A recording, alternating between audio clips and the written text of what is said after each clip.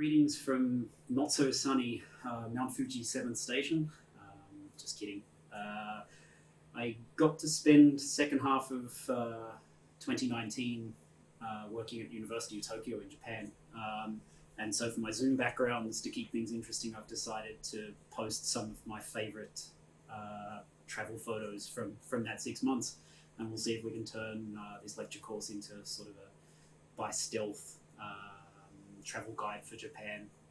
And I might talk about a couple of other places here and there just to inject some trivia in amongst all of the physics. Today's lecture is on work and conservative forces, and yes, it's a physics lecture, it's not a politics lecture. The title at the moment would probably actually be a rather interesting topic for a politics lecture. I'm going to split today's lecture into two pieces with a divide down the middle just because it's convenient, keep the length from getting too long. And so in the first half I'm going to deal with force, kinetic energy and momentum, just to catch up some topics that we need for later parts of the course. And then in the second half I'll deal with conservative forces, central forces, and a couple of interesting examples off the end of that of some concepts that often don't get introduced well, but are rather useful to have as part of your mechanics education. So let's get rolling forward with this. At this point we're coming to a course, second year classical mechanics. You've done mechanics in first year, you've done mechanics in high school, and you have what we like to call in mechanics equations of motion. It's pretty much a catch-all term. It's pretty much any equation that describes the motion for a system. And there's three we could kind of distill together out of our previous education that we come into this course knowing. Okay, so the first is Newton's second law, and most undergraduate students, if you said to them, tell me Newton's second law, they'd go F equals ma, force equals mass times acceleration. But as you get further along in physics, you get into the habit of thinking about it slightly differently. What you tend to think about is force being equal to the time derivative of momentum. It's partly because we like to focus more on momentum than acceleration. It's a more useful concept in physics as it gets a little bit more advanced as a subject, but acceleration is a concept that when you first come into physics, you're at least physically familiar with a little more than you are with momentum itself. We also have definition of momentum, which is that it's mass times velocity. And everyone knows what a mass is, everyone knows what a velocity is. Momentum, it's not always quite so intuitive as a concept. We also have kinetic energy, half mv squared. You'll notice there that the v is in bold, so it's actually a vector. When we take the square, we're actually taking the dot product, which tends to make the vector direction go away, and that's why we have kinetic energy as a scalar quantity. And all the way through this lecture course, I'm going to call it T. Some books will call it K. Some other books might call it something else as well. I always like T for mechanics courses, and the textbook uses it, so I'm going to stick to that. So these are the three things we come in starting with. And today in this lecture, I basically just want to build up from these to some additional relations that are very useful for later parts of the course. And we'll get into some really new material when we get to lecture 3. Okay, so the first thing I want to deal with is force and kinetic energy. You have second law, which relates force and momentum, and most people when they get to quantum mechanics get used to the relationship between kinetic energy and momentum. And one thing we often don't think about is force and kinetic energy, and it's useful just to have that completed edge on the triangle of relationships between the quantities that we tend to work with in physics, which is forces, momenta, and energies. You'll notice that force is a vector, kinetic energy is a scalar, and so if the relation we're going to end up with in a moment, we will have a force coming out as a vector from a quantity that is a scalar, and the direction will be coming from the direction that the change happens in. I might point a bit more to this when we get to the end of it, but just to explain my notation there of why I've got a vector quantity in the bottom of the derivative and not in the top. So let's obtain this thing. We start with T equals a half mv squared. And I'm going to step through all the little points in this just to make it clear what the tricks are for getting from across from this expression. So those who are very good at maths, please indulge me a little bit of labouring some points early on in the course just to make sure everyone knows all of the little tricks that happen mathematically, so that later on we can just skip over them and everyone knows what's going on. Okay, so we've got this kinetic energy T, and what we're going to do is take dt on dx, and like we often do in physics, often it's best to think about magnitudes first and attach the directions for vectors right at the very end, right? So while my slide has vector quantities on it, I'm going to work in terms of scalar quantities for now and introduce the direction right at the end. So the thing we're going to want here is dt on dx. So let's start by getting that. Dt on dx is... we can pull the constants out the front, so a half m d on dx of v squared. Like so, okay? Now the next step here, textbooks often just jump. It relies on product rule, and we're going to use product rule more than once in this lecture, so I'll just do it real quick. If we're looking for d on dx of product fg, it's going to be f dash g plus g dash f, okay? Where dash is just the derivative with respect to whatever you're dealing with, x in this particular case. So this will be a half m, and what we're going to do in here is have v dv on dx plus dv on dx times v, okay? And of course, these two terms are the same. You can swap the order of a derivative and a term. So this thing is really a half m times 2v dv on dx. And the 2 cancels out the half, so what we're left with is m dv on dx, mv dv on dx, to be correct. Okay, so the next step here is a really common trick that we use in physics a lot. I'm going to use it all the way through this course multiple times, and I'm going to spell it out in a little less detail as I use it later on. And what we do is we take a derivative and we split the numerator off from the denominator by sticking in a common term on the 2 opposite sides. And in this case, it's going to be dt. So what we'll do here is we'll go mv dv on dt, dt on dx. And for the moment, we won't worry about what dt on dx really means.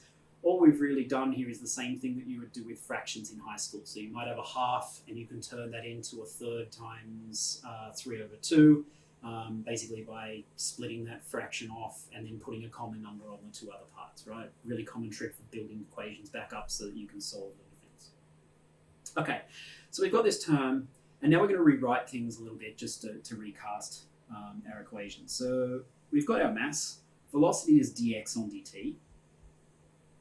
And some people have spotted where I'm heading here. I'm thinking as usual in physics problems, it's almost like a mathematical game of chess. You're trying to think a couple of moves ahead and set yourself up for something that is beneficial to your problem.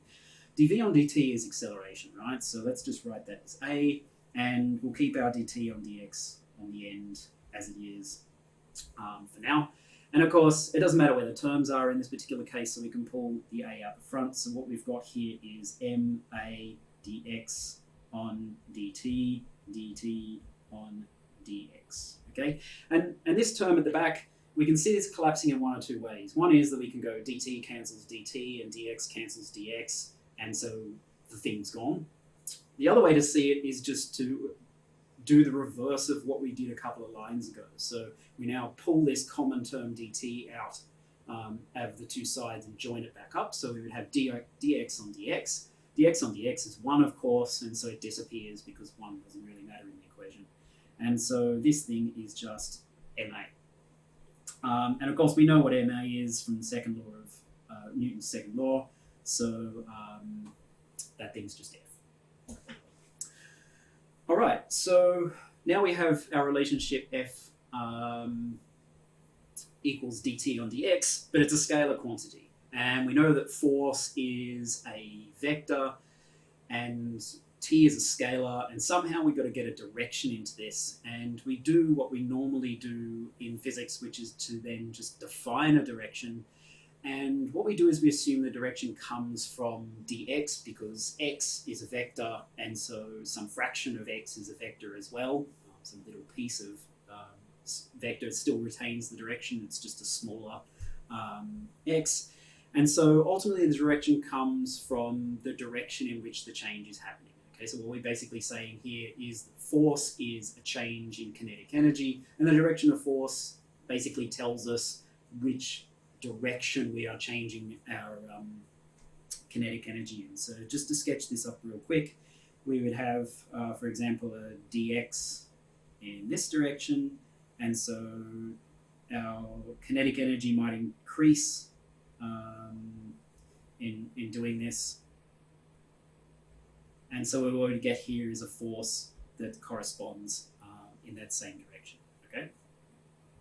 And likewise, if you're slowing that particle down, there will be a force in the opposite direction opposing the motion. And so we have our force again pointing along this direction defined by dx, but now it's got a negative because it's actually slowing down that kinetic energy. So the direction is ultimately tied to direction of motion that we have in this bubble. Okay, so there's one other concept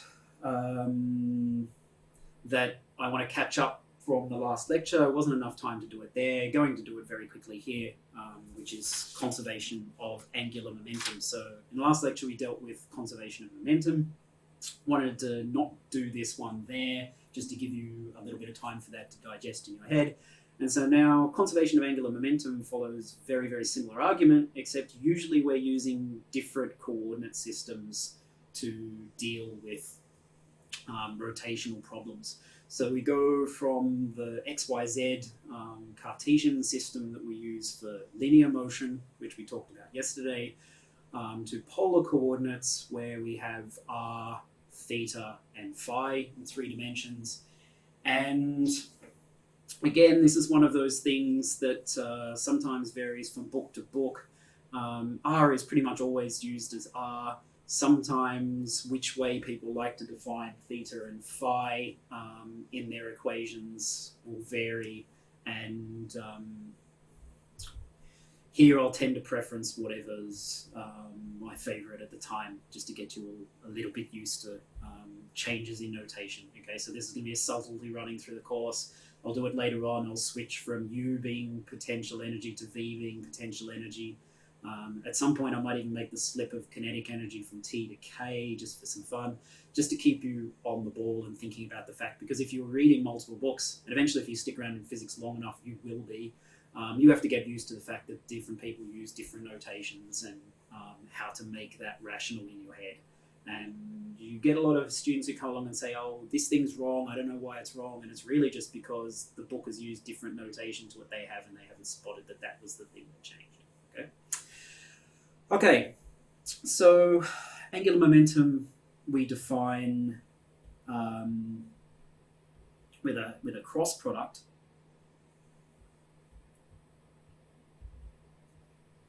as it's a vector quantity, just like linear momentum, and we define it as R cross P. And so we can essentially imagine this being a little bit like having a center of motion and a body, and the angular momentum is really now the linear momentum it would have at some particular point at the radius, even though it's going around in a circular motion, right? And at any point in that circular orbit that it's taking, essentially, if you look at a small enough scale, it's actually traveling linearly, right? So what we're doing is basically taking a sort of a linear approximation to rotational motion to define this thing. And of course the order of that cross product is important, because if we reverse the order we change the sign. So this is one of these things you sometimes need to keep track of.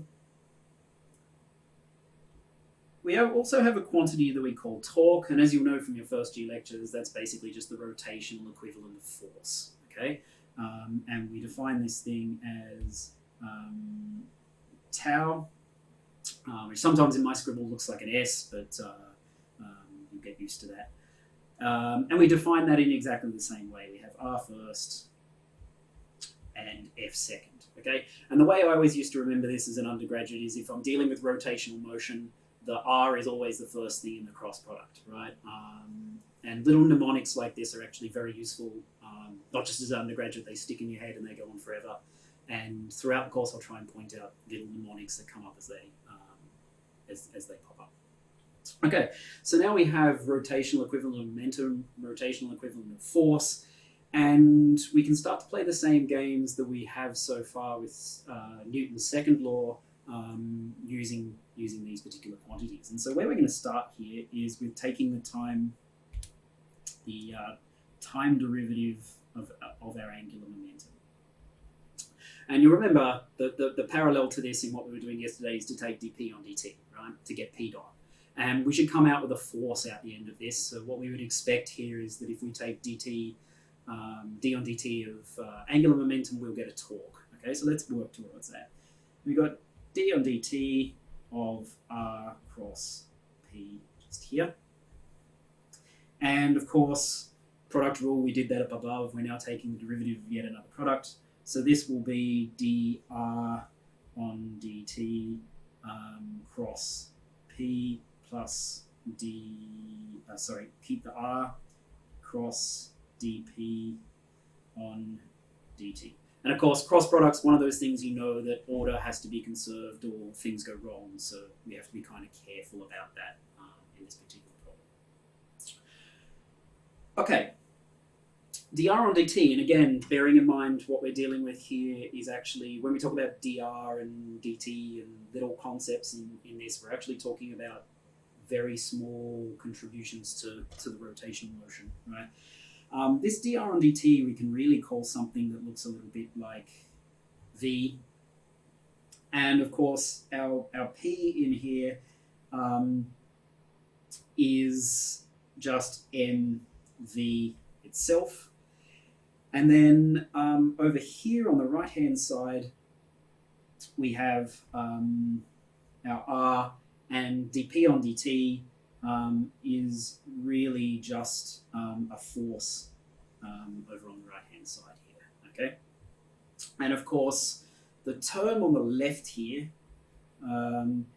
is v cross v with an m out the front, and of course the cross product of any vector is 0 with itself is 0, so that term is going to drop out on us. And now what we've got over on the right hand side is this term left, r cross f, and it ends up being our torque, okay? So we've now written ourselves a relationship between the time derivative of the rotational equivalent of momentum and the rotational equivalent of force, and if our torque here is equal to 0, then that means that d on dt of L is equal to 0. And I follow the same argument I did yesterday. I can integrate this thing to get L, and of course that thing will be a constant. And so we've got conservation of angular momentum. Okay, same thing we had yesterday, just done again in a rotational context. Just to make sure I've covered all the tabs in this before we get into rotational problems, which will probably happen fairly late in the course. We'll come back to this. One obvious place where you use these kind of things is, you know, astronomy and orbiting objects and that sort of thing. And that's probably one of the places where a lot of mechanics, rotational mechanics anyway, got developed, was trying to understand orbits in astronomy, mostly because it was very useful for navigation. Okay, so that brings us to work kinetic energy theorem. And work is a painful concept in physics and in real life, and I always find it a painful concept in physics because often people blur the language a little bit and they're not always completely careful about their signs. And for example, you'll see people talk about work done by, work done on, work done with nothing else said. And you can end up in a lot of times getting yourself into some serious confusion at first with what the sign is, but then when you start adding things, the sign errors propagate into numerical errors if you're not really careful about how you define work in terms of what's doing what and what's signed attached to it. And books can be quite sloppy about this, right back even to very professionally produced first-year textbooks where you go through and you work through line by line by line, doing every step of the algebra on the way, and you work out, for example, that there's two fudges in two parts to correct out a sign, and when you look back at it, that sign error happened entirely because the book was just being sloppy about work, and whoever wrote those sections just hadn't been very precise about it, okay? So to keep things simple here, I have two steps to my approach to work. One is I like to think about work only ever being done by forces, and almost by association that work being done by potentials. And I often try to be quite precise with my language when I talk about work because I don't want there to be ambiguities about what's happening, simply because that translates into a sign ambiguity, which then propagates into a numerical error later on. Okay, so as an undergraduate, you should be very skeptical whenever anyone talks about work, and you should push them quite hard about what exactly they mean, because it is actually quite important to getting correct answers. Okay. The other way I always like to think of things is that positive work always increases the kinetic energy of objects at the expense of potential energy, okay? And I think about positive both in terms of sign here, so work has a positive sign when you're doing this. It's also a good thing, right? Usually what you're wanting to do is convert potential energy into movement, whether it's, you know, in sport or firing a gun or making a car move down the street or something like that. You're pretty much always trying to convert potential energy into kinetic energy so that you can do things with your motion. And so we define that as positive work, okay? And there's a thing called the work kinetic energy theorem. You'll see it in your first year textbooks. They often don't make a big enough deal about it, I think. And I'm just going to go through and rederive it here so that we're all on the same page about this thing and everyone's seen it done really properly. And that's not even to say that it's not done properly here, because I'm giving this course on the internet, and it means lots of people are going to see it. What I'm saying is basically it's not always done systematically everywhere really, really well, okay? Just as a small caveat there on what I think about working kinetic energy theory. Okay, so we're going to start from Newton's second law here.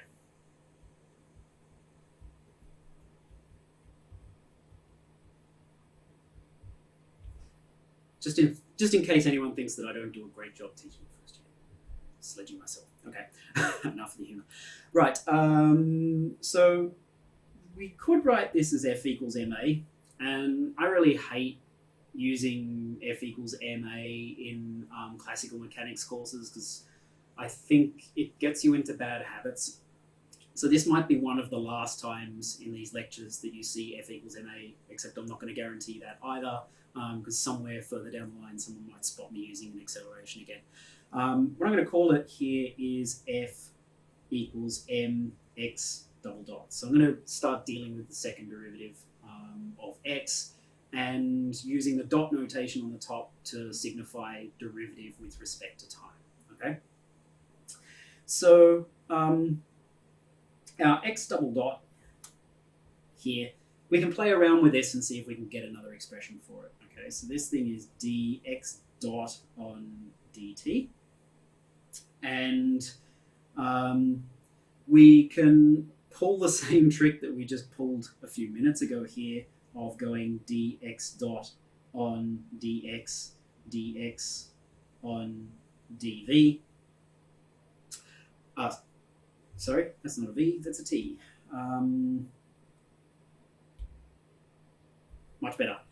And at this point, some of you will be fine with the trick. Okay, I'll split the derivative and put a dx on the two pieces. But why did I put dx? Why didn't I put dv or dA or dt, for example? Some of this is just sort of enlightenment on where you want to go with the mathematics. Okay, so I kind of have in mind a result which I'm trying to get to, and I kind of know what it looks like a little bit. I mean, if it's the first time I'm doing it ever in physics, sometimes you just play around and find out where things go. Sometimes you have a rough idea of how things work already from all the other stuff you know, and you know that this trick might work with going where you want to go. When it comes to things that are very long established, like kinetic energy theorem, people have, it's a bit like the mountain behind me. People have walked up this trail before, and you just follow the trail, okay? So dx is chosen here because it gives me something that I want, which is velocity, right? In the end, the dx on dt is going to become velocity. The dx dot on dx is really just dv, because x dot is dx on dt, and of course that thing is velocity, right?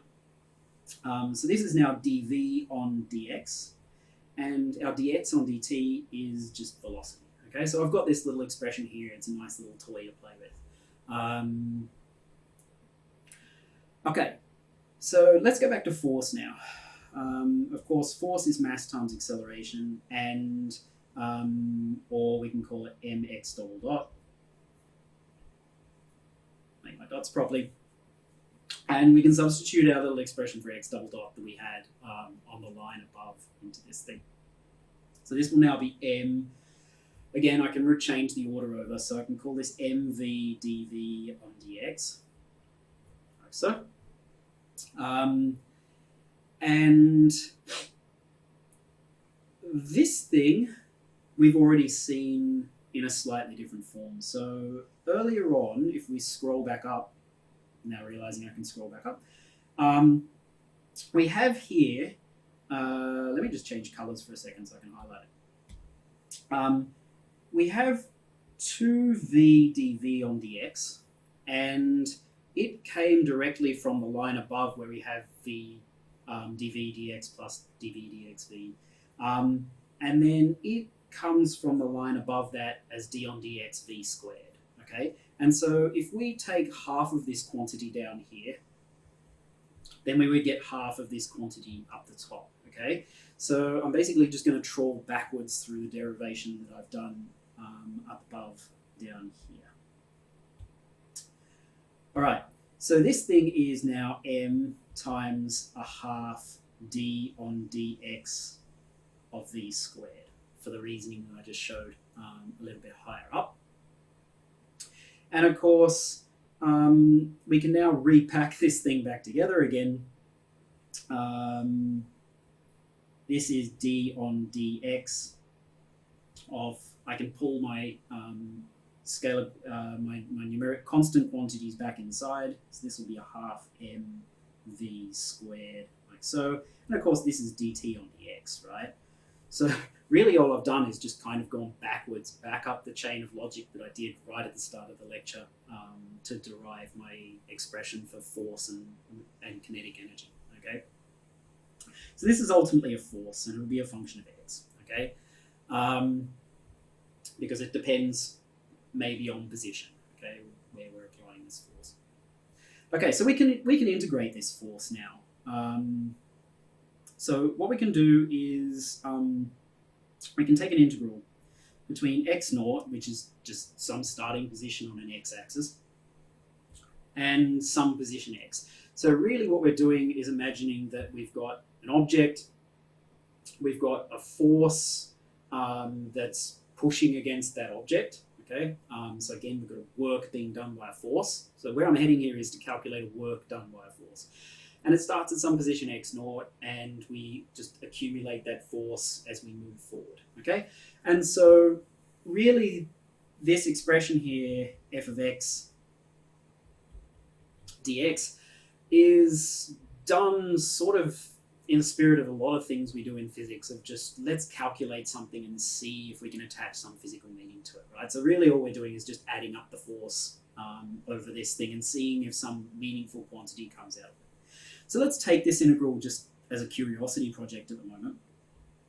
What we would have is the integral between x and x0 of dt on dx dx, okay? And I'm going to talk about this completely scalar here because, as you can normally do with vectors, you worry about the direction, and we do a lot of problems like this. You strip off the direction, you work with the magnitudes, you get your final answer, and then you can attach a direction back to it if it's relevant, okay? So this term in here, dt on dx, comes from the thing that we got a little bit earlier. And of course, integrating dt on dx with respect to dx is just going to get us back our t. So this thing really here is just t between x and x naught. And if we work this thing out, this will be t at x, so whatever our kinetic energy is at x, minus our kinetic energy at x naught. And we can just call this thing, say, t minus t naught, right? What is it? It's a change in kinetic energy, right? So as we take this object and we apply a force on it over some distance, what we find is if we add up all the force, we get the difference or the amount of change of kinetic energy, right? We've got the kinetic energy we've got after the force has acted for some time minus the kinetic energy that we started with, okay? And that energy's got to come from somewhere, and we can attribute this to basically the work that is done by that force, okay? So this is the work done, and as I mentioned earlier, I'm going to be pedantic about this. This is the work done on the particle by the force Fx, right? And again, I always think about work being done by forces and not by anything else, right? There might be some object that's generating a force that then acts on another body, and some books would write this as what is the work done by this. Best way to specify the problem here: got body, got a force, got a hand pushing. You see this really commonly in sort of undergraduate textbooks. And you go, what is the work done by the finger pushing on the ball? And I tend to never think about objects doing work on other objects because I find that to ultimately become a trap that leads you into errors. I always think about the force that's acting, okay? And so in this case, it would be what is the force, what is the work done by the force on the object? And then that force might be connected to some other body, but I don't really care about that. At the moment, I really just care about a force, okay? And I personally am very picky about that because it tends to get you into dangerous positions if you're loose on it when you start to deal with problems, in undergraduate problems and tutorials and exams and stuff like that. It's good to have a really rigid framework to be building from. Okay, one quick end point on this. So we define our work kinetic energy theorem then as sort of the reverse of this equation with the integral of force taken out. So what we can do is the change in kinetic energy here, delta T, is equal to the work done by the force in going from position 1 to position 2. And what we find is that it comes from your potential energy, and so it's equal to minus the change in potential energy that results. And as we'll show later on, the force is connected to minus du on dx, so there's actually a relationship, sign change relationship between force and potential energy when we deal with these things in mechanics. And the nice thing, if you stick around long enough in physics, is that you start to try and piece your different subjects together. And this was always a big problem for me when I started out teaching physics. I suddenly had to confront all of the confusions that I had as an undergraduate of, how does the convention in this part of the subject fit with the convention in this part of the subject? And I even realized as an undergraduate that a lot of my mistakes in courses came because I pulled some concept from another course across to a different course. They used different books, the notations were slightly different, the way they were talking slightly different, and errors came from that bad fit together between the two different subjects, okay? And so one thing that's really wise to do, either as an undergraduate or if you're really smart or if you're less smart, and like me, you don't realize it until you start teaching it, is to try and look at how to connect those connections together, right? And the one interesting place sometimes to do this is to connect work in thermodynamics, because it's a concept you talk about a lot in thermodynamics, with work in mechanics. And connecting those two things together is not always easy. And again, work turns up in electrostatics as well. And again, it can be a little bit of source of confusion if you're not very careful about what all the conventions in all the different books are and how you talk about the language.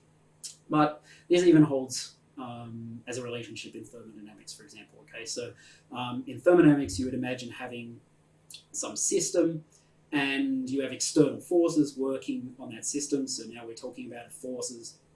And first law of thermodynamics will get you that the internal energy will increase when you do work on the system. And that internal energy increases essentially by increasing the kinetic energy of the particles, right? So you can build this relationship that you have between work and internal energy in thermodynamics essentially as a relationship between work and kinetic energy in mechanics, when you break down your thermodynamic system into just a bag with a whole pile of bodies in it, much like we had yesterday talking about a system and its conserved momentum and an external force acting on that system. Okay, so one good thing as you go higher in undergraduate courses is to try and build bridges between your different subjects so that you can sort of stitch the subject together into one big understanding of how everything works. Okay.